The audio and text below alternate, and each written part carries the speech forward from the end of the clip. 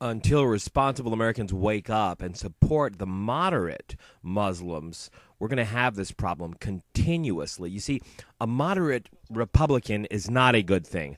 However, a moderate Muslim is. Here, in fact, lies the problem.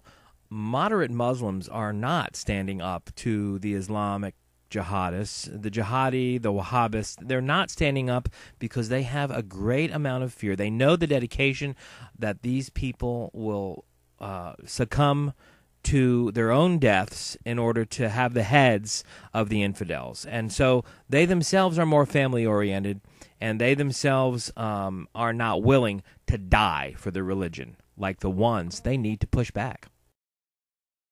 Testimony today in a Fort Hood courtroom. Witnesses coming face to face with Major Nidal Hasan for the first time since the day of the attack that killed 13 and wounded 32 others. KXAN's Jared Wise has more. And he saw Hasan and locked eyes. Courtroom artist Pat Fuller describes the feeling in the courtroom as the first witness took the stand. It was the first time Sergeant Alonzo Lunsford saw Hasan since the day of the shooting. They locked eyes for probably a good 30 seconds.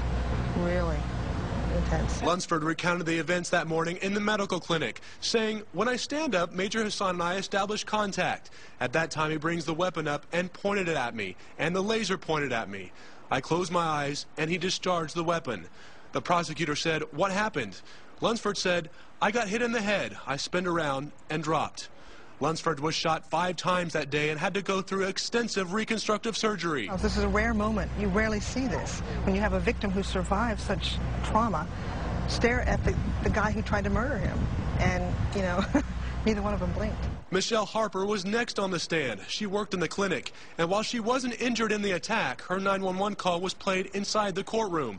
She described the scene to the dispatcher while hiding under a desk. You could feel everyone stopped breathing. It was very, very difficult.